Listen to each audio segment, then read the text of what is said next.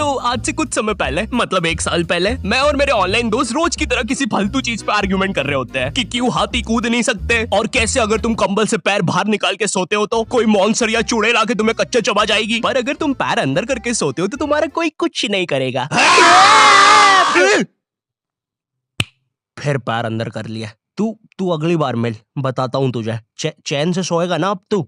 ले तेरा light on कर दिया, अब ठंड में बिस्तर से उठना पड़ेगा। ले तेरा पंखा भी ऑन कर दिया अब तो ऐसी किसी बात पे आर्ग्यूमेंट चल रहा होता है, तो उसी बीच न जाने मेरे दिमाग में क्या आता है और मैं बोलता हूँ, तुम लोग अच्छे लोग हो, हमें मिलना चाहिए। ये सुन के भैया सन्नाटा मच गया। हाँ क्या बोला तूने? आयु तुझे पता है ना ऑनलाइन दोस्त कभी मिल नहीं सकते। इनफैक्ट ऑनलाइन दोस्त जैसी तो कोई चीज ही नहीं होती, हम सब तो रोबोट है। आयु तू हमारा दोस्त हो ही नहीं सकता, हम जा रहे हैं। फिर उन लोगों ने एक दूसरे के गले में हाथ डाला और न जाने क्यों गुस्से में डोरेमोन का थीम सॉन्ग गाने लग गए, वो भी तमिल में।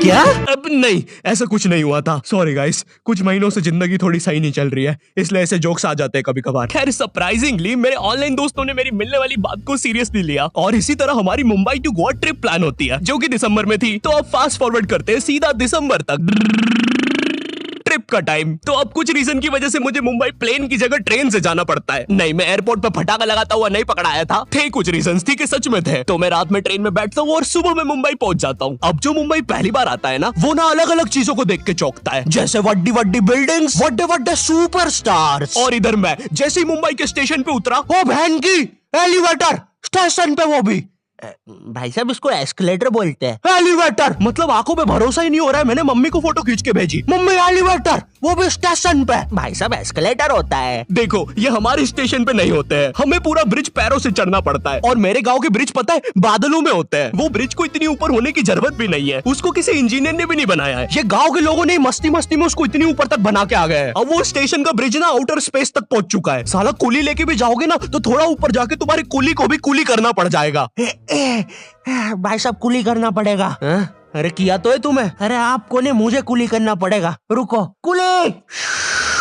हाँ जी भैया, इन्हें ऊपर तक छोड़िया हो यार। अरे पागल हो क्या मियाँ, ऊपर तक जाना है तो स्पेस सूट किधर है तुम्हारा? और ऑक्सीजन सिलेंडर लेके आए कि नहीं? ऊपर ऑक्सीजन बहुत कम है, हम लोग क्या बहुत ऊपर खड़े हैं मियाँ। देखो यहाँ से वो माउंट एवरेस्ट भी दिखता है। देखो आज की रात तो हमें ये सीढ़ियों पे सो के गुजारनी पड़ेगी। ऊपर पता नहीं कहाँ के खूंखार जानवर घूमते हैं। और सबसे जरूरी बात, हम लोगों के बीच में मैं सोऊंगा। मुझे मुंबई से अपने स्टेशन जाने में 10 घंटे लगते हैं और फिर अपने ही शहर के स्टेशन से घर जाने में 6.25 महीने। अब तुम बोलोगे नॉट योर टाइप, तो बहुत ही विलेज पीपल है। हाँ तो ठीक है, हूँ मैं, नहीं होते हमारे यहाँ पे एक्सेलरेशन। भाई उसको एस्केलेटर। वीडियो को आगे बढ़ाते हैं। मुंबई जाने से पहले मुझे ऐसा लगा था कि वहाँ पे सब लोग मचाएंगे, एड़े चाले सीधे चाले, इस तरीके से बात करते होंगे। तो मैं भी ना फुल रेडी था। मैं स्टेशन से बाहर निकला और एक ऑटो रोका। तो सबसे पहले तो मैंने अपनी ट्रेन में खरीदी हुई 24 कैरेट आइस डायमंड चेन आगे करी। मैंने 20 रुपए में खरीदी थी, आगे अपना टाइम आएगा भी लिखा था, क्योंकि मुंबई में थे यार, थोड़ी अमीरी दिखनी चाहिए। कौन है अंबानी? है किधर रहता है वो, है क्या उसके पास ये? तो वो ऑटो वाला पूछता है किधर जाओगे? इधर मैं फुल मुंबई के स्वैग में। क्या बोलते ऑटो वाले? चाचा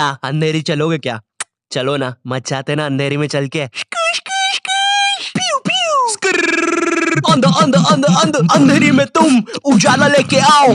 ऑटो में क्यों बैठे हो? लैम्बोर्गिनी लाओ। ये अंधेरी में तुम आओ। क्यों चाचा? अरे भाग मादर है, कड़कती धूप में मुजरा दिखा रहे मेरे को।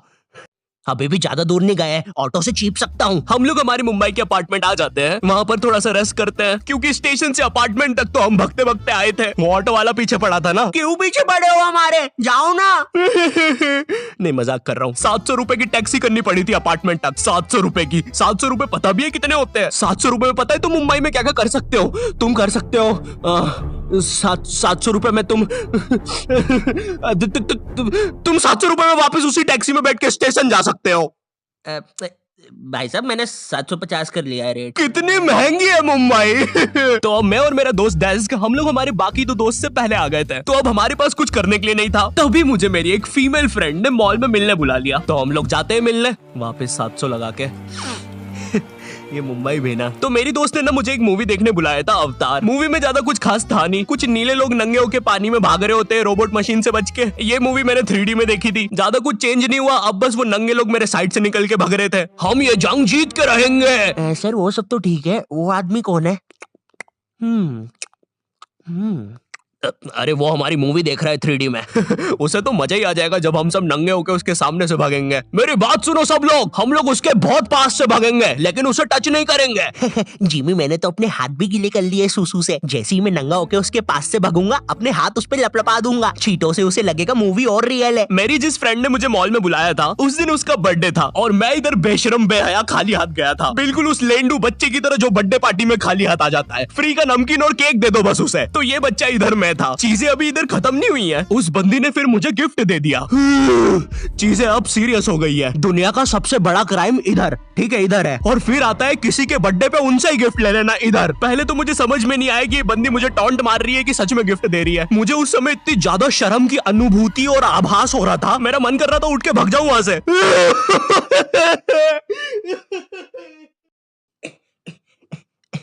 अरे वो बाहर बहुत गर्मी है ना, इसलिए मैंने सोचा स्प्राइट पी लूं आके। और पेरी पेरी फ्राइज भी मेरे फेवरेट है।